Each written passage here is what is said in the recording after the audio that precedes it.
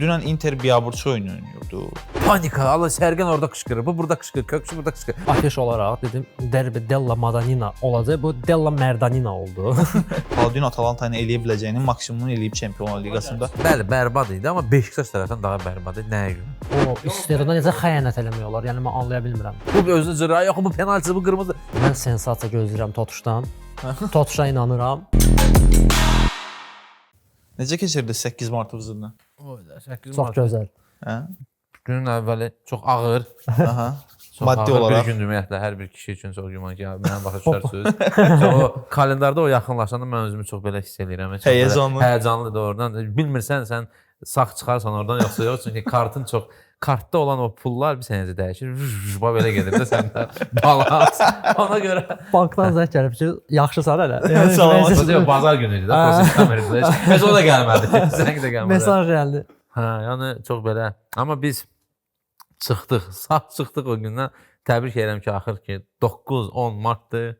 Keyf eləyirik. Sonra bir ildən sonra yenə də görüşərik. O stres yaşayacağıq. Bəli. Ha, belə də dün axşam Təbrik. Əsas məsələ təbrikdir. Təbrik Çox edirəm. sağ olun. Hələ bir yerdə idik. Bəli, müəllim sağ olsun. O formanı dünən götürdü.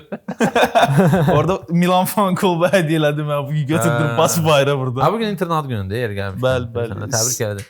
Milan əsl təbriki verdi də. 7 oyunda məğlub olmur. Qalib gələ bilmirlər Ha, olar. 2 ilə yaxındır. Aprel 2024-dən uda bilmirlər və son 7 oyundan 5-ni Milan qələbə qazanıb, amma ümumiyyətlə 7-sində heç uduzmur. Səhv eləmirəmsə, eyni təqvim ilində Interin 2 dəfə Milanı uduzması da 1-ci Massimiliano Allegri Milan dövründə idi. 2 dənə eyni mövsümdə. Eyni təqvim. Birinci mövsümdə elə təzə gələndə 2010-2011 mövsümündə o mövsümün sonunda da çempion olub Milan. O vaxt Massimiliano Allegri 1-0 və 3-0. Ondan sonra ikinci dəfədir bu artıq. Yəni Və yenidən ikinci dönüşün ilk mövsümündə yenə də mən söhbət. Amma oyun o deyildi. Doğrudan da mən sırf olaraq, afiş olaraq dedim derbi Della Madonnina olacaq. Bu Della Merdanina oldu. Yəni oyunun ilk 25 dəqiqəsi apar-tulla. Bəli, Milan biraz üstün idi, daha maraqlı oynayırdı. Inter belə tutmamışdı temanı ki, məsələ nə yerdədir. Amma Ələkbər abim istədiyi Stupiyan gəldi sözünü dedi də. Estupiyan dedi, mən Elçin adından demişəm. Estupiyan istəyirdi sağa vursun aşağı. Suçayla getdi qabağa. Haftora da baxırsan, o oyunçulara da baxırsan ki, 100% istəyirdi ki, ayağı belə çevirdi ki, belə gəlsin. Ha, o adamda belə şey yox idi. Zomer də çaşdı orada. Zomer yerə yıxıldı. Zomer yerə yıxıldı, o bilmir Estupiyan nə gözləmir olar. Hara vuracaq o görəsən. Bilinmədi, heç kim bilmədi. Estupiyandan indi soruşsalar, sən də oradan orada vurmaq istəyirsən? Yox deyəcək. Deyir, karyeranın ən vacib qoludur. Bu adam doğru deyirəm. Bundan sonra Estupiyan'a çox sağ demək lazım və sağollaşmaq lazım. Yəni bundan sonra zirvədə buraxsın. Bu da zirvədə buraxsın, doğrudan deyirəm. Milan ən kritikalı iki oyunçusu qolu yaratdı da. Fofana ilə Estupiyan mövsüm ərzində ən çox kritika qəbul edən oyunçulardır. Amma Fofana çox yaxşı oynamışdı. Fofana belə deyim. Fofana bəli, kritika altındadır. Amma Fofana sırf derbilərə çox zor hazırlaşır.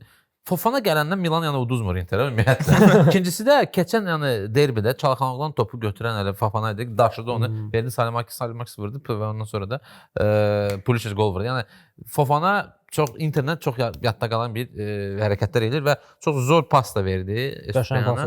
Orada sadəcə olaraq bəxtimiz gətirdi ki, Dumfries yox idi. Dumfries olsaydı Luis Enrique yəni zəif müdafiəçi. Botemilla'dan mənim çatmayan bir şey oldu ki, okey də Dumfries deyəsən ağır zədədən qayıdı. Amma Luis Enrique-ni niyə oynadasan? Darmian bəyəm yaxşı deyildi. Darmian ondan da pisdir. Ya hər halda yəni Luis Enrique-dən yaxşıdır. Niyə onu oynadasan mən bilmirəm. Bəlkə Darmian indi okey, pisdir, yaxşıdır mübahisəsinə girməm, amma Darmianın yəni o qədər də ofansif keyfiyyətləri yoxdur. Okey, müdafiə tərəfində bəlki daha sağlam, kompakt müdafiə ola bilər. Inter'in onsuz o lazımdır. Inter'in haçan ofansif ondan olur ki. başqa da götürək məsələn forvardlar ikilisi. Yəni nə Lautaro, nə Thuram yoxdur. Esposito okey, Esposito bəlkə də İtaliya yığmasının gələcəyidir. Amma Boni kimdir də yəni? Boni baxırsan yəni o necə gəlib? Tapışdı. Burası Boni Mkhitaryan üçün çox gözəl koridor açdı. O koridor açdı da Mkhitaryan o momenti bilmədi ki, neylə. Sonra da gəldi. Mən orada gözləyirdim ki, o arxadan patkat verirdi, tam vurdu. İndi yıxacaq. Yaxşı ki, yıxmadı onu. PlayStation kimi oldu. O özü də bilmədi nə oldu. Axırda gəldi kvadratın yerinə X-i bastı. Hə, random. Pas getdi ona. Okey, dribbling eləyirdi amma çox random alındı da elə bir situasiya. Məncə özü də topu götürəndə özü də planlamırdı ki, mən buradan topdan dribbling eləyib irəliləyərəm. Sən demişkən biraz tam ümumiyyətlə dünəndən belə hallagenlik eləyirdi arada bir. Var idi. Amma əsas məsələ o idi ki, yəni okey sən desən çox da belə sönük oyun keçdi deyə. Amma 25 dəqiqə. Allegri'dən ümumiyyətlə yəni bunu gözləmək olardı ki, Allegri bu mövsüm bu heyətlə başqa oyun oynasa, yəni ikinci yerdə bu dəqiqə getməzdi, aşağılarda olsa. Və indi mən baxmışam da statistikaya, top 5 liqada ən az top buraxan Milandır. Yəni bu müdafiə ilə. Müdafiədə kimi Tomori'dir, De Winter'dir, Pavlovich'dir, Gabriel arada girir. Yəni bu yəni heç biri öz yığmasının komanda, yəni Pavlovic okeydə oynayır. Pavlovic Serbiyada əsas. De Winter yığmada zapasdadır, Gabriel yığmaya arada bir çağırılır. Yəni Tomori ümumiyyətlə niyə belə pis düşdü, mən başa düşə bilmirəm.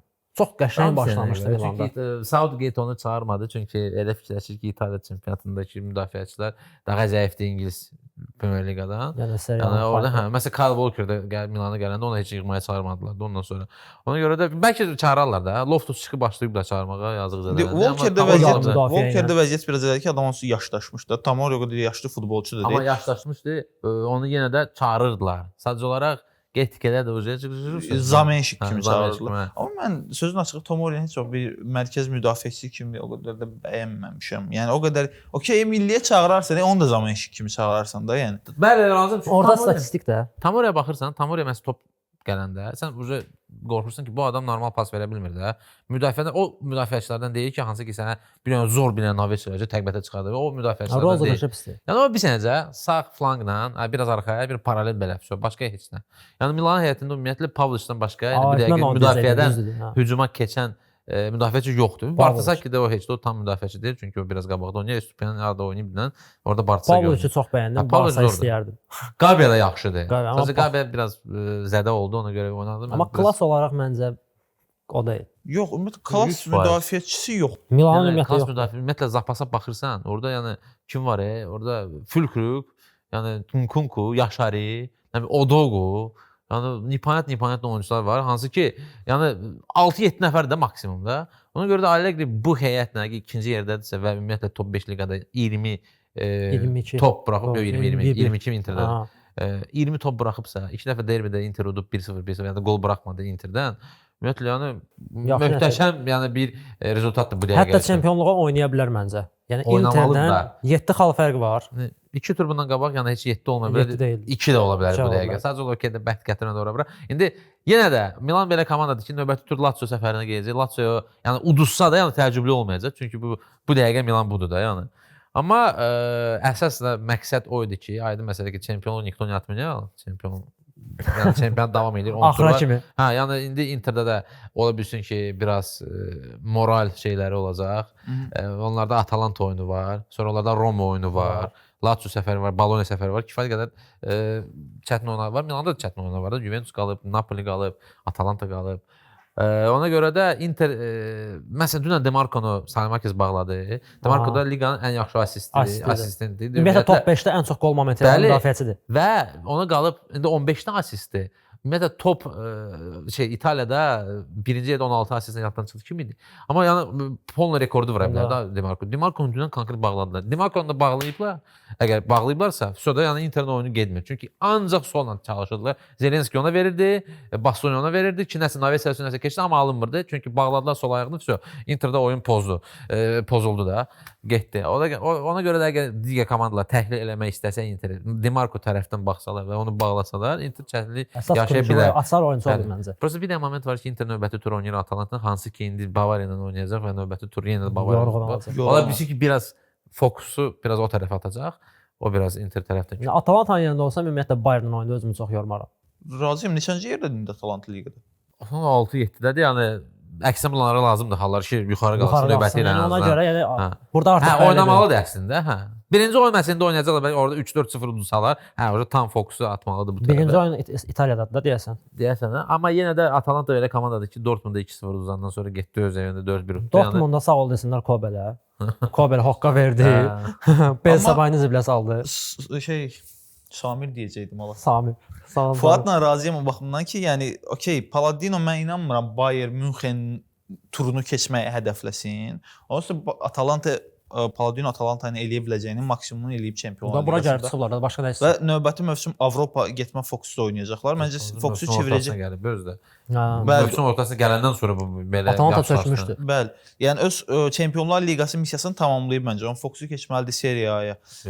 Amma ümumi çempionluq yarışında çox da bir Milanın şansı yoxdur mən o baxımdan fikirləşirəm. Nəyə görə?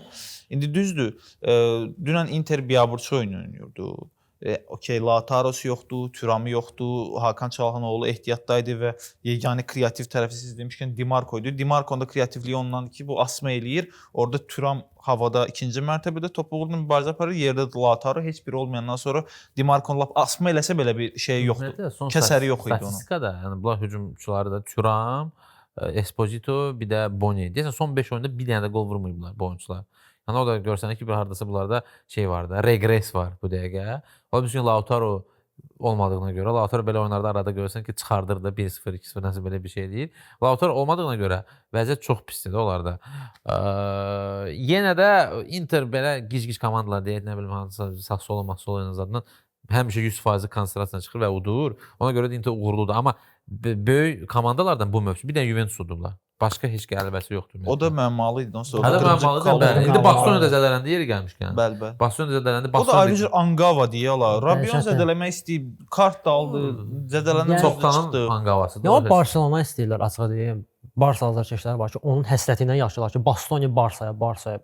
Okey də yaxşı müdafiəçidir, razıyam. Amma beyin olaraq onu Barsaya heç yaraşdırmıram. O beyin tərəfini bir yana qoyur. Adam 2-4 müdafiə xətti deyirəm. 2 mərkəz stoperdən biri oynamayıb, heç vaxt həmişə üçlüyünün solunda Üçlüyündə oynayıb, həmişə hücum açır. Dünən amma Milan Interin taktikasını oynayırdı. Yəni sıra üçlü müdafiəçilərdən ikisi sağdakı krallar Tamari ilə Pavloviç gedirdilər ya qabağa. Yox, hədəf oyunlarında indi Ələkbər abi bizdən daha çox baxır Milan oyunlarına. Mən siz hədəf oyunlarına baxıram. Hədəf oyunlarının əksərində belə oynayırlar. Allegri taktiki tərəfdən, taktik cəhətdən çox yaxşı təhlil edir və Kivo ümumiyyətlə birinci oyunda da belə baxırsan dominant belə baxanda Inter daha çox top onlarda, daha çox çalışdılar. Amma burada yəni iki də moment oldu cəmi Interin. Bir də Mıxtarın momenti, bir də Dimarco'nun momenti. Başqa bir də moment olmadı. O da çünki o da bir oyunçu hansı digər oyunçunu itirib, risk əks hücum ona görə də bu momentdə yarandı. Yəni sırf top şeydə olan, məsələn sən bir qrafika göstərsən ki, Interdə top olan, məsələn Zelenskidə. Mərkəzin arxadadır bütün oyunçular. Leao-nu götür, Fülkürü də götür, hamısı mərkəz. Yəni topdan arxadadır. Yəni bu oyunçular da yaxşı bir müdafiə planı qurublar. Inter onu yara bilmirdi. Bəli. Yəni Simone Inzaghi'nin vaxtında da məsələn keçən ilki derbilərdə Inter ancaq Navesləri çaldı. Naveslər birində də 95-də Zalewski çıxanda bir dənə vurdular. Kubokda 1-1, çempionatda 1-1 qurtarmışlar stadionda demək olar. Yəni orada sırf oydu da. Yəni başqa bir şeylər bilmirdi. Yəni uzaqdan zərbə və yaxud da mərkəzdən yarmaq, tez bazar belə paslaşma alınmırdı. Çünki Inter yəni öz ritmini yəni tuta bilmirdi də. Ancaq Naveslərə. Amma Leon'un da qoyunluq oldu. İkinci sədə o təkbətəki vursaydı oyunun tarihi Leo ümumiyyətlə Theo gedəndən sonra yəni batdı. Yəni adam doğrudan da o istedada necə xəyanət eləmək olar? Yəni mən anlaya bilmirəm. Doğrudan da Leo əla oyunçudur. Prosta adamın beyni yoxdur da, bilmir nə etsin. Ya məncə fokusu futbolda deyil o adamın. Yox, futbolda da. O futbolun məşqlərinə baxıram. Oyundan qabaq oyun həftəsindən özündə birinci gündə, keçən həftənin birinci günü. O deyib ki, oyunçular deyib ki, sizə xahiş edirəm, derbi həftəsidir. Heç kim Night Club azada getməsin. Full fokus. Özü Night Club-dan şəkillər paylaşır. Salam aleykum. Full fokusa, yəni biz udmalıyıq. Buydu full fokus. O gedib kluba bura. O kluba Antonio Cassano var ya, futbolçu. Əfsanə. Onun da bir babat podkastı var orada. Pastan çağırır. Bütün gün Leo'nu yəni soğuk sarı. Konkret deyir ki, bu futbolçu deyil. Bizim vaxtımızda belə futbolçu var ki, bir üstünlüyürdü. Suyun dağınızı göndərirdi. Belə tipli danışırdı. Cassano da hər şey də hər oyundan sonra Leo klon şəkli qoyur ki, nə oldu da belə danışırdı. Amma o çox overrated, çox şirtdilər onda. Elədir. Seriyadan başqa bir şey yoxdursa, biz onun vaxtını sürüdük. Seriyada yəni başqa bir şey yoxdur deyəndə ki, növbəti əsas turun mərkəzi oyunu idi bu. O düzdür. Amma Como məsələn bu dəqiqə Çempionlar Liqasına çox yaxındır. Fabregas partdadır. Como çox sıxmışam. Fabregas halaldır. Növbəti turda Como Roma oynayır. Yəni 4-lə 5 oynayır. Bu qələbənin alsa Çempionlar Liqasında yeri məncə çox rahatlaşdıracaq o. Çünki indi hər ikisinin eyni xalı var da, düzdür. Qol averajında 4-dədir. Özü Como'nun meydanda oynayırlar. Amma Como'nu mən Çempionlar Liqası üçün hələ tez görürəm. Bilmirəm sizdə necədir. Yəni hələ yetişməyib Çempionlar Bir Liqası moment var səviyyəsinə. da. Como çıxdı Çempionlar Liqasına. Getdi Fabregas orada. Nə olacaq Como? Heç nə. Heç yəni Yəni Girona fason bir şey olacaq. Avroligaya düşsə, deyərəm okey də, yəni hər halda öz leveldir. Orada biraz təcrübə yığar. Bir neçə ildən sonra okey, yəni Fabregas 100% gedəcək. Məncə elə Arsenal bir nömrəli namizəddir. Arteta alınmasa onu gətirəcəklər ora və Barsa da ona namizəd olub. Yəni Fabregas'ı görmək istəyir Flikin yerində. Yəni Palibomu Flik gedəcək də Fabregas oradan. Amma sırası Çempionlar Liqasına düşmək, yəni birdən-birə hop eləyib ora qalxmaq özlərinə mənfi təsir edə bilər. Ya Serie A-da laxlayacaqlar, ya da Çempionlar Liqasında biabır olacaqlar. Mənə elə gəlir ki, əgər mövsümü Çempionlar Liqası səbətində dövrəsində bitirsə Como, yəqin ki, yayda ora üçün də müəyyən transferlər eləyəcəklər və gedişat belə olacaq ki, növbəti il Çempionlar Liqasının sürpriz komandalarından biri Como ola bilər, amma seriyada işləri yaxşı olmayacaq və növbəti mövsüm sonunda Fabregas ayrılacaq. Yox, Fabregas məsələn bu mövsüm sonunda da getsə, Məncə getməyəcək. o deyil də. Sən Villarrealın taleyini yaşaya bilərlər. Hə, razıyam. Amma məncə bu Amma mövsüm sonu Villarreal getməyəcək. yəni Təcrübəsi var da. təcrübəsi var, həm də liqada uzun müddətdir qalıb da, yəni Qalıb, hə, İspaniya Como liqasında. kimi deyil. Amma Como yəni 2 ildir çıxıb da liqaya. Yəni indi okey pullar gəldi, okey, yaxşıdır. Amma Niko Paz məsələn getsə, qayıdacaq Reala. hə də Baturina zat var, Dinamo Zagrebdən gəlir. Onlar getsə, Ya Bologna da elə oldu da. Bologna düşdü Çempionlar Liqasına. hə. batırdı. Amma Bologna çoxsa Avroliqada indi oynayır da, yəni hər il oynayır Avrokuboklarda. Mütəmadi də orada. Yəni Atalanta məsələn, Atalanta. Qaçbirinqadan sonra yenidə oynayır da Atalanta. Paladin oynayan. Nəysə elə Villarrealın adı çəkilmişkən biz onsuz son Qərb Ekspreslərində çox La Liga danışmırdıq. Aha. Fuad da burdaykən yavaş-yavaş keçək. Fokusu alaq yəni. Bəli, İspaniya tərəf, amma La Liga oyunlarına əvvəl mən sənə bir sual vermək Ver. istəyirəm. Barselona niyə remontada eləyə bilmədi? Yəni remontada eləmək üçün sizə mütləq idimi ki, Paris Saint-Germain oyundakı hakimlər orada olsun ki, siz remontada eləyə biləsiniz? Yox qardaşım, o lazım deyildi, amma hakimin də oradan da başqa olması, ayrı hakim olması önəmli idi. Yəni hakim idarəçiliyi 0. Aha. Həm bizə qarşı, həm Atletico Atletico. Madridə qarşı. Orada məsələn Olmo'nun epizodu oldu. Olmo'ya qırmızı vərəqə verilməli idi. Vermədi. Onu boynuma alıram. Amma ümumiyyətlə Barselonanın oyunundan tam olaraq razı qaldım. Bilmirəm oyuna baxmışdınız yoxsa yox. Möhtəşəm oynadı Barsa. Mövsümün ən ideal və ən gözəl oyunu idi. Atletico Madrid qapıdan çıxa bilmirdi. Amma yəni mən bunu özümdə demişdim podkastda. Yəni bu oyunda belə yüklənmək lazım deyildi. Bu mövsümün sonunda bizə problem ola bilər. Və ən əsas məsələlərdən biri də birinci oyuna qayıtmalıyıq. Qırmızı vərəqə epizodu, Juliana Simeone epizodu oyunun ikinci sənin əvvəllərində əgər qırmızı verilsəydi. Okey də indi əyərlərdən danışırıq, amma Kubayşinin qolu sayılsaydı, bəlkə indi bu gün sən mənə o sualı verməyəcəydin. Bu gün biz finaldan danışırdıq. Amma oldu keçdi. Okey, təbrik edirəm Atletico Madrid azarkeşlərini. Finalda Real Sociedad çempiondur. Lap o qədər. Griezmannın söhbəti var idi. Griezmann Griezmann niyə belə şeylər Amma Barsa ötən mövsüm elə Niyə Barsa onu şey elədi də? Barsa ötən mövsüm ona söz soxmuşdu. 4-2 comeback-də. 27 dəqiqəyə Barsa 4 qol vurmuşdu. Orada nəsə atmazalı bir şəkil oldu, yerə yıxılmışdı və Barsanın oyunçularına indi bu həmin şeyi bizə qaytardı. İndi Griezmannla Barsa arasında hansısa problemlər yaşanıbdı avtomatik olaraq bu aydındır ki, o Atletico Madrid keçid, oradan bura gəliş, gediş, yəni aralarında 100% neqativ nəsə qalıb. Və o Barselona dönəmi də çox yaxşı keçmədi də Griezmann yanında. Bərbad keçdi. Yəni də Barselona ən belə dəhşət böyük büdcələr sərf eləyib. Bir il gözləyirdi bu adam. Birinci ondan sonra eləmədi, 4-0-dan sonra eləmədi. Adam gözləyir hər şey. Nə qədər gözlədi. İşini garanti aldı ki, turu keçim mən sonra. Bu fit çalınsa sonra bir Barsadan vurar. Biraz orada Flikin də səhvləri oldu. Açıq deyəcəm. Flik Fermini ikinci hissədə əvəz elədi. Fermin çıxmamalı idi oyundan. Fermin oyunun ən yaxşısıydı. Mərkəzi demək olar idarə eləyirdi. Okey də Ferminin biraz simizliyi, paxıllığı var.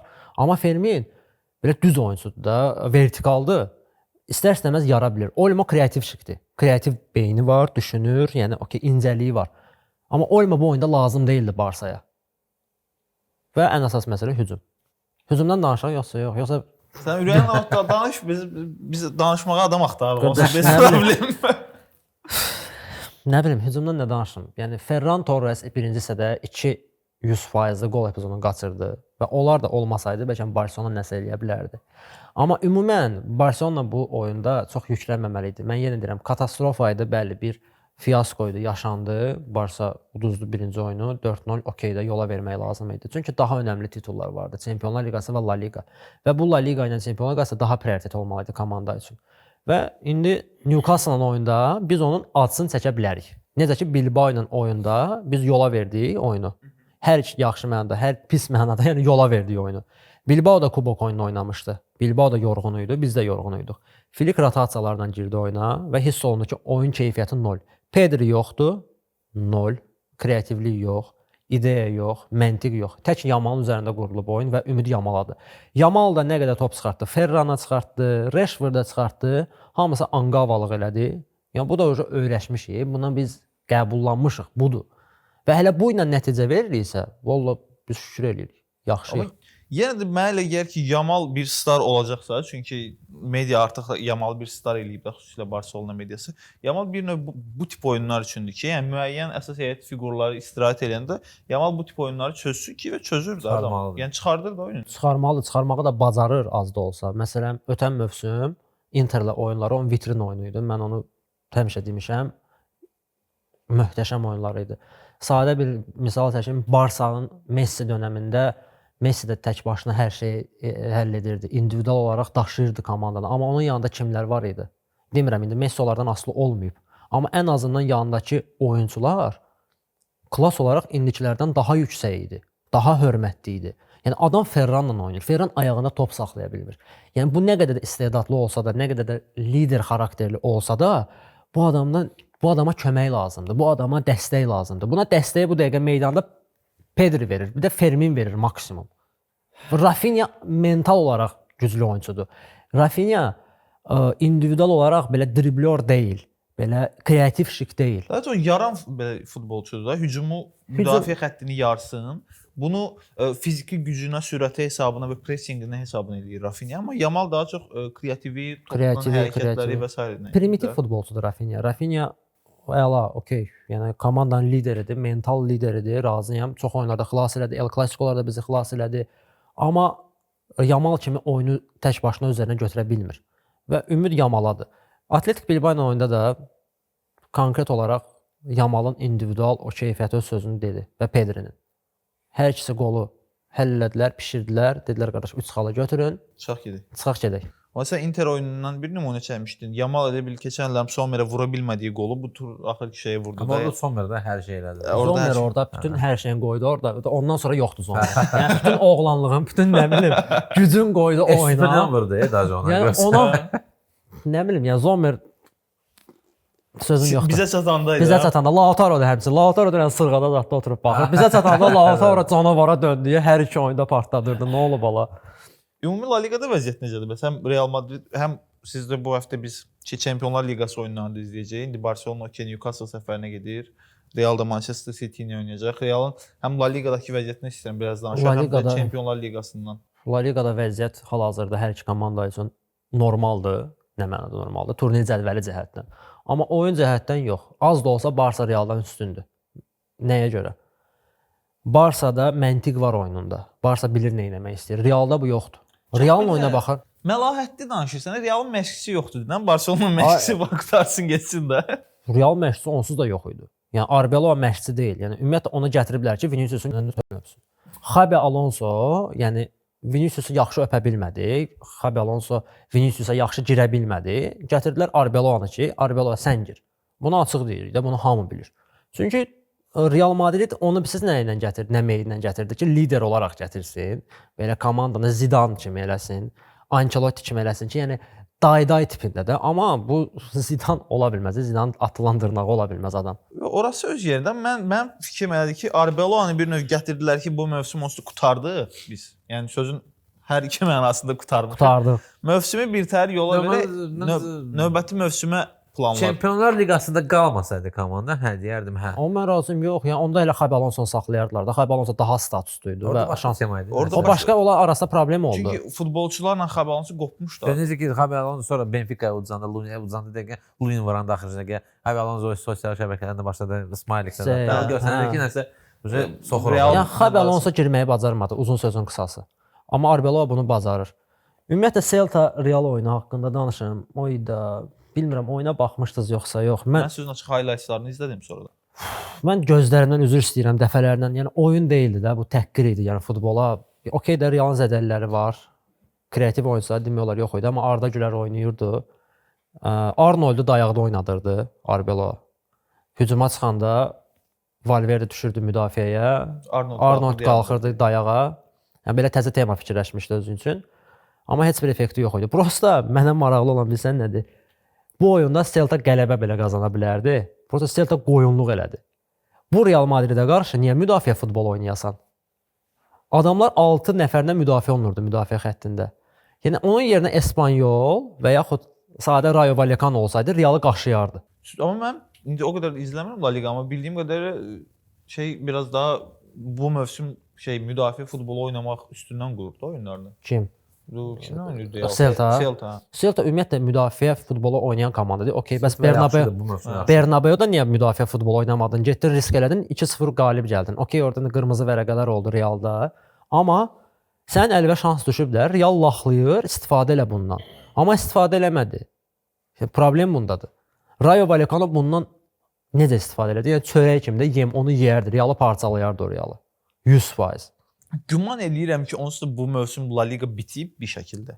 Yəni düzdür, Samir deyir Barça çempionluq onsuz da. Real çempionluq falan, amma yox. Total gedişat Barcelonanın çempionluğuna aparır və Çempionlar Liqasında da biz bayaq necə ki dedik o məsələnin ki Atalanta Bayern Münxenlə oyunlarda qrafik sıxlaşır, yorğunluq oyunçular. O formada buna da aiddir. Real Madridə də aiddir. Çünki Manchester City daha çətin rəqibdir. Manchester City də bilir ki, Premier Liqa artıq bir şəkildə əldən çıxıb, daha çox fokusun verəcək Çempionlar Liqasında ən azı yarım finala qalxmağa. Bu Real Madridin La Liga tərəfindən axsamağına səbəb ola bilər. Yəni oyun keyfiyyəti baxımından da onsuz da yenə deyirik də, Lamine Yamalı var, Pedrisi var, Barcelona bir şəkildə yaxşı futbol oynamasa da oyunları çözə bilir. Real onu da bacarır. Başına daşıya bilir. İndi Realda bir dənə Mbappédir. Realda Mbappé olmayanda fərq bilinir. Mbappəsiz Real və Mbappéli Real tam başqa Realdır. Vinicius'un lider olaraq göstərirlər komandada, amma Vinicius heç nə eləyə bilmir. Yəni Vinicius əksinə hal-hazırda mental durumu korlayır Real Madriddə. Çox. Yəni çox toksik bir oyunçudur və yəni Real nəsə uğurlu olmaq istəyirsə ikisindən biri ilə sağollaşmalıdır. Amma Florentino heç vaxt Mbappé ilə sağollaşmaz. Vinicius da çox istəyir. Bilmirəm nədir. İndi bir məsələ var ki, mətbuatda yenə bu söhbəti qızışdırırlar. Jürgen Klopp mövsüm sonunda Almaniyadakı vəzifəsi ilə tamamilə sağollaşır. Çünki orada da artıq sözü kəsərəm, elə bildim Ester söhbətini desən, Ester Esposito söhbəti. Yox, bu media show biznes tərəfinə girmir. Hər futboldayıq. Yəni Jürgen Kloppu iade yenidən Realı gətirmək istəmə məsələsi yenə də gündəmdədir. Bu bir tərəfdən La Liqanın öz imici baxımından yaxşı ola bilər. Çünki Barcelona məşqçisi var, Alman ekolü, Realın Alman ekolü bir məşqçisi var və total məncə klub rəhbərliklərinə əlavə La Liqanın öz rəhbərliyi yenidən Barcelonaya belə bir hype-ın, belə bir rəqabətin qayıtmaq istəyir. Çünki La Liqa özü də son 2-3 mövsümdə o rəqabətdən artıq yoxsunlaşır. Bir ortada düzəməlli rəqabət yoxdur. Bunların baxışları düşür aşağı. Maliyyə problemləri yaşayır. Amma Jürgen Kloppun da gələcəyi təqdirdə Vinicius Junior'un klubdan göndərilməsi istədiyinə dair mətbuatda xəbərlər yazılır. Görək bu necə olacaq. 100%. Yəni Jürgen Klopp əlbəttə ki Vinicius'la işləməz. Yəni o Arbeloa deyil ki, gəl o öpsün də oradan. Və belə bir məsələ var da, adi Liverpoolun özündə Muhammed Salahla Mane'nin arasında konflikt düşəndə Jürgen Klopp ikisindən biri dedi ki, bu konfliktdən davam edə bilməkdə biri getməlidir. Burada da gedəcək tərəf əgər Jürgen Klopp gəlsə Vinicius Junior'muş kimi görünür. Mütləq. Amma Jürgen Klopp'a inanmıram ki, yəni yenidən Real Madriddə olsun. Ümumiyyətlə Real Madriddə nəinki Vinicius, başqa toksik oyunçular da var. Bellingham olsun, misal üçün Militao özü olsun, onda toksikliyi var. Courtois okey, Courtois normaldır, yola getmirlər. Mbappé'nin özü olsun, yəni toksikdir. Yəni, o egoları var, yəni onlar biraz özlərinə başqa bir rəftar istəyirlər. Yəni elə istəyirlər ki, məşqçi onlara. Hətta privilegiya ruslar demiş, privilegiya istəyir ki, məni qaldırıb qoysunlar. Bellinghamda əsasən daha çoxdur və ən əsas məsələ ilə Vini'dən daha çox Bellinghamla onun işə alınmaz məncə. Və inanmıram Klopp özünü riskə atsın. Yəni bu adla gedib, bu sanla gedib Liverpoolu yığdı, lazım yerə çatdırdı və yüksəkdə getdi. Lazım olan yerdə getdi. İndi inanmıram gəlib Realda altın qoya. Amma elə bir məsələ də var ki, Jürgen Klopp özü də yəni futbol adamıdır da. Mən inanmıram ki, Jürgen Klopp indidən sonra deyək ki, qurtardım da mən futbol karyeramı. O özü də qımışır və Jürgen Klopp özü üçün də böyük bir challenge olar ki, Real Madrid çöküşdədir, mən gəlib Real Madridi qaldırım. Premier Liqaya getməyəcək. Özü Flick də var orada, Alman dueli. Premier Liqaya qayıtmayacaq. Bundesliqada nə bilim Dortmundla adı əfsanələşmiş Jürgen Klopp indiki Dortmunda da getməz, Bayern Münxenə də getməz. Lig 1-da da demirəm də, Serie A-da da Juventus. o maddi cəlbedicilik yoxdur ki, Jürgen Klopp ora cəlb eləsinlər. Yəni Real Madrid mövcud situasiyada əgər Jürgen Klopp qayıtmaq istəsə, elə Jürgen Klopp üçün ən yaxşı challenge-dır və ən yaxşı yerdir. Daha optimal variant orada, amma Ya da şərtlər. ya da Yığma Almaniya millisi. Almaniya millisi. O da Bilmirəm. Nagelsmann amma çox güvənir Almaniyada. Ola bilsin Nagelsmannın yayda Manchester United keçidi söhbəti var. Amma Almaniya bir şey elə bilməz dünya çempionatında. Ona görə də Nagelsmann çox uzun qalmaz. Bu arada məşqçi söhbətindən danışmışam. Atletico Madridin özü üçündür yayda Diego Simeone'nin Interə getməsi və Atletico'ya ya Arda Turan ya da Filipe Luis'in Canımız qurtarır sizdən gəlirlər sizin üstünüzə. ya Arda Turan'ı gətirmək istəyirlər ya da Filipe Luis'in. Böyük ehtimal Filipe Luis gələcək. Arda Turan o işləyir də. Mən ikisini deyirəm, amma Arda Turan'ı görürəm. Yox, Filipe Luis bir dəqiqə boşdadır da. Həm boşdadır, həm də CV-si daha yaxşıdır. Yəni Braziliya çempionatındakı. Düzdür? O Arda Turan'ınki daha o qədər pis deyil. Yəni Libertadores okeydir, amma Arda Turan Avroliqada nəticə verir də Şaxtyorla. nəticə verir. Nəsə verdiğinde ki, yəni 8-ə 1-də də. Da müharibədə onun ölkədir. Yox, şeydir, konfransı deyil. Konfransda Avroliqada. Amma yenə də məncə Braziliya çempionatı oradakı uğurlar Şaxtyorla konferans liqasında elədiyi nəticələrə baxmış daha cəlbedici görünür. Arda Turan biraz emosionaldır. Onlar da elə sevir də elə giz məşqçiləri. Həm mənə elə gəlir Filipe Luis Arda Turan'ın daha uzun müddət qaldı Atletico'da. O söhbət var. Həm belə məncə onun Atletico ilə bağları daha qüvvətlidir, rəhbərlik filan tərəfindən. Ardan Barsa söhbəti. Barcelona söhbəti var. Həm belə çox belə konspirologiyaya girmək istəmirəm. Müsəlman xristian söhbətdə orada işləyə bilər. Niyə də yox? Ardan o belə bu satması var. Gəlir təsə. Gəlir rəhbərliyin üstünə bu satır, amma zarafatsız belə La Ligada sadəcə Premier Liqa onu eləməyi bacardı. Futbolçu rəqabəti dönəmindən Premier Liqa keçdi məşqçi rəqabəti. Yəni Jürgen Klopp, Pep Guardiola bunun uzun bir long range apardı. İndi də bir şəkildə Arteta, Pep Guardiola rəqabəti var. La Ligada o heç vaxt olmadı. La Ligada nəyə görə yoxdur? Qardaşım, La Ligada ona görə yoxdur ki, hal-hazırda ortabab komandalar yoxdur. Yəni Barcelona, Real Madrid, okey. Daha sonra Atletico Madrid gəlir, Villarreal gəlir, Real Betis, təsəvvür elə ki, Betis hal-hazırda bu sadalığım komandalar arasında ən normaldır. Onlardan sonra ən normalı bu gəlir. Sevilla yox, Valencia yox. Yəni Rayo Vallecano bilinmir nə oynayır. Bir gün var, 2 gün yoxdur. Yəni bu komandalar bugünkü günümüzdə, Bilbao vəbşə yoxdur. Bilbao 9-cu yerdədir. Real Sociedad stabil deyil. Təzə məşqçi dəyişdilər. Yəni gəldi, komandanı yığdı, biraz Barcelonanın üzərində qələbə qazandılar, amma indi ard-arda məğlubiyyət, bərabərlik. Və ortabab komandalar, yəni orta komandalar Barsa ilə Reala təzyiq göstərə bilmirlər. İndi Barsa Real sırf olaraq o özlərinə görə onlara qarşı xal itirirlər. Yəni onlar prime-ında olsa, onlar heç nə edə bilməzlər. Yəni atırıb atarlar ki, yəni arasında bəlkə bir 20-30 xal fərq olar. Hadi rahatlıq. Yəni Valencia 12-ci yerdədir. 12-ci, Sevilla 14-cü yerdədir. Yəni La Liga hal-hazırda gücü verməlidir ortabab klublara, orta səviyyəli klubları inkişaf elətdirməlidir. Və Tebasdan bu mümkün deyil. Tebasın düşündüyü ancaq odur ki, hansısa klubun ayağının altını qazım ki, o klub daha da zəifləsin, daha da çöküşə getsin. Yəni hal-hazırda biz La Liqadan yüksəliş gözləyə bilmərik. Məsəl üçün Serie A-nın adı daha çox çıxıb günah keçisi kimi. Məsəl üçün keçən həftə Samir burada olanda biz danışmışdıq. Adi bu Inter Milan oyunu özəlində də demək olar ki, meydanda o qədər keyfiyyətli futbol yoxdur. Amma Serie A-da bir rəqabət var. Yəni Inter, Milan, Juventus, Napoli, Roma, Gasperini nəsə eləyir, Paladino, Como, yəni rəngarənglik var, çeşidlilik var. Düzdür, Avropaya çıxırlar, yəni son finalist, çempionluq uğrunda yanaşan və hazırki lider Inter, Bodo Glimt uduzur, Galatasaray Juventusu döyür.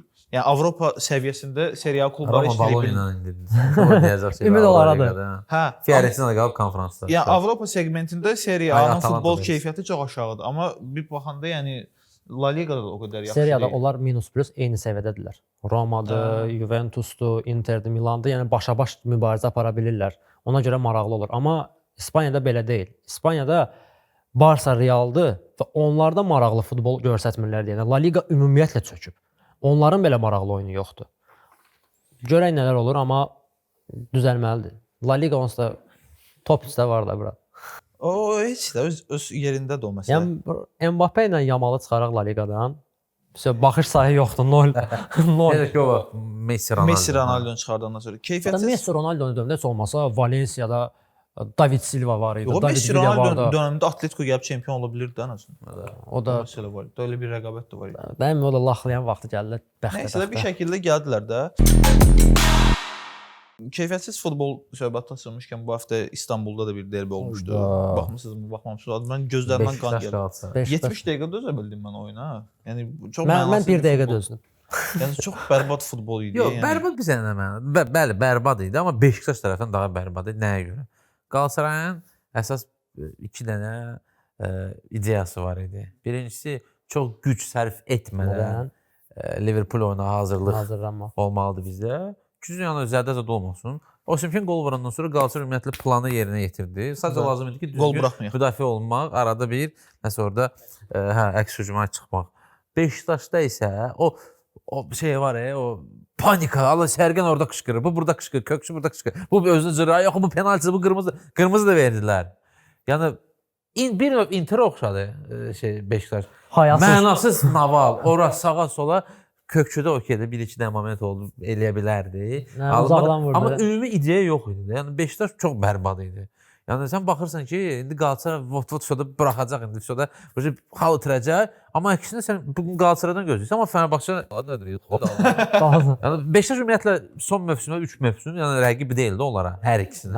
Yəni indi də 4-cü yerdə gedir, hətta Trabzondan da aşağıdadır. Göztepe ilə dirəşir 4-5 uğrunda. Yəni Beşiktaş nə bilim. Beşiktaş prosta bir dənə elə bir qüvvədir ki, kim ki birinci yerdə gedir, ona gəlir mərdimazarlıq edir ki, az da olsa bir udar vurum da ona da. Biraz ləngisin, badalaq vurum da. Amma Fənəri durdurdular ikisi. Qırmızı alandan sonra 3 gol. Ələşbər abi, amma qol deyirsən, məsələn, əslində o qol olmamalı idi. Çünki o qoldan öncə qırmızı vərəqə almalıdılar o sənə. Sanin epizodu. Amma Sanet sonra aldı da. Bir şəkildə verdilər də. Aydın məsələdir. Haqsızlıq idi, yəni dibinə kimi. Ümumiyyətlə yəni belə temalar çoxdur. Məsələn, Osimhen də ikinci sarı götürə bilər. İkinci sarı almalı, bəli. O baxır özdə reaksiya verir ki, hakim oyunu saxlatdı, saxlatmadı. Görür ki, hakim saxlayıb oyunu əli ilə belə paraşut atır və sarı verilmir. Yox, elə gəlib ümumiyyətlə Türkiyədə hakim məsələsi bildiyin şeydir də, artıq dillərə dastan. Məmə dönüb. Yəni La Liqada hakim idarəçilik biabırçı vəziyyətdədir, amma da belə deyil. Burada oje klaunadadır. Əsas o ki, bir sənədir. Galatasaray bu dəqiqə hamı nə qədər kritikavat edir bu şeydə, tənqid edir bu Okan Buruk'u. Yenə də hər şeydə üzə adam çıxır. Böyük oyunların adamıdır. Konkret böyük oyunların adamı. Həm də bu il Avrokuboklarda axır ki uzağa gediblər də biraz 8-də 1. Yəni Liverpool indi o Liverpool deyil də, hansı ki 4-5 il bundan qabaq hamını süpürürdü. Yəni polni oynaya bilər də Galatasaraylarla. Qaşıyacaq Liverpool var. Sadəcə bir dənə mən gözləyirəm ki, bir Fenerbahçe nəsə eləsin. Fenerbahçe də son 3 oyunu ümumiyyətlə bu necə? O elmi fantastika yanında keçir. O Kasımpaşa ilə o real bir şey deyil də. Yəni bu 2-2 bundan sonra oynadılar. Sonra şey oldu bu Samsun Spor. 2-1 uduzursa sonra axırıncı dəqiqədə nə непонятно 2 dənə gol vurursan. Tedesco əsəbdən qırmızı alacaq. Qardaş bir dənə statistika çıxıb ki, futbol tarixində ən çox ikinci yer olan komandalar. Orada da ikinci. Orada da ikinci yerdədir, birinci yerdə Barselonadır da. Mən öz-özümə deyirəm ki, mən niyə bu klubları seçmişəm də. Yəni bir dənə Nefti çatışmırdı orada. Nefti də olsaydı oturardı. Deməli, yavaş-yavaş elə keçək bu həftəki Çempionlar Liqasının oyunları deyəcəm. Kim keçər, kim keçməz 2-3 cümlə şərhlərinizi verərsiniz. Çünki biz 4-cü gün daha doğrusu efirə getmə vaxtı ilə 5-ci gün lojada bunu danışacağıq ətraflı. Galatasaray, Liverpool. İstərdim ki, Galatasaray qələbə qazansın, yoxsa turu keçsin. Mən Qalatasarayın keçməyini istəmirəm, ona görə Liverpool. Atalanta, Bayern məncə bu o qədər də üstünü aşmağa dəyməz. Bavariya keçər. Keçər, amma məncə Atalanta bir yoracaq onları. Atalanta birinci oyunda. Birinci oyunlardadır. Şeydə Bergomi'də. Aha. Orada nəsə eləsə, ikinci oyuna belə də ya Allah. Ya Allah, Allah kərimdir. Yəni Bayern. Bu mərhələnin ən maraqlı oyunu Atletico Madrid Tottenham. Madrid böyük fərqlə. Mən naborot deyirəm. Mən sensasiya gözləyirəm Totuşdan. Totuşa inanıram. Bura gələn adam Tottenham elə bir hörmət eləməməlidir də Totuşdan. Totuşa hörmət eləmirəm. Yox, prosta Totuşdan sensasiya gözləyirəm. Totuşa bax belə göstər Totuşu. Alman. Okay, Newcastle Barcelona. Barcelona. Barcelona nə deyək? Niyə deyəcəm Newcastle? Leverkusen, Arsenal, burada da Arsenal bəlli məsələ. Amma burada Arteta görə mən biraz şans Haqqı verərdim verəcək. Leverkusenə. Arteta görə Fabregas'a şey eləyəcək, yeri hazır eləyəcək. Leverkusen bunları keçsə, vapşı bir abırsız olacaq. Ya klubu bağlasınlar onu.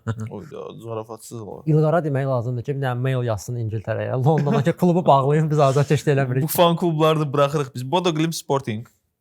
Bodo Glimt istəyərdim ki, amma əgər birinci oyun Bodo Glimtdən də Sporting da bu il çox belə yaxşı oynayır. Son dəqiqələrdə oyunları çevirir.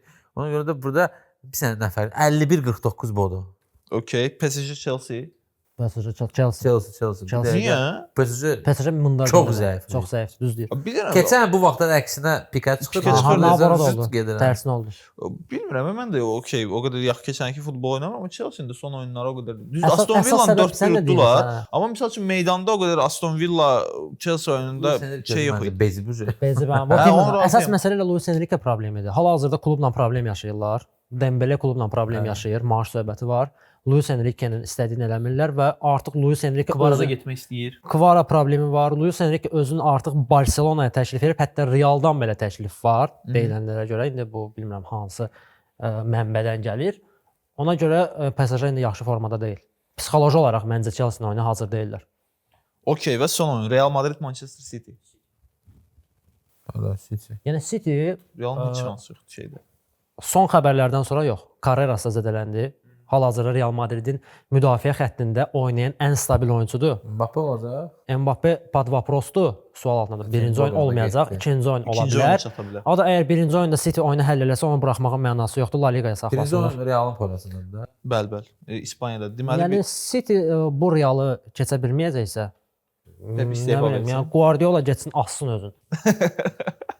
Deməli belə bir mem var idi. Məşhur videosunu görmüşdünüzsə, bəlkə Rodrigo ilə Ronaldo Nazario ilə və Rodrigo Ha, ayaqları əlini sürtür və ikinci kadr göstərirlər ki, ikisi 10 də ay eyni getdi. formada zədələnib meydanda ağlayır. Ya da Rodrigo'ya Mövsüm heyf aldı. bağladılar Rodrigo. 10 ay Hə, 10 ay, olmayacaq. 10 ay. Mövsümü bağlamadı. Yəni Növbəti mövsümün növbəti yarısını mövsümün bağlayıb. əvvəlində olmayacaq. Oy.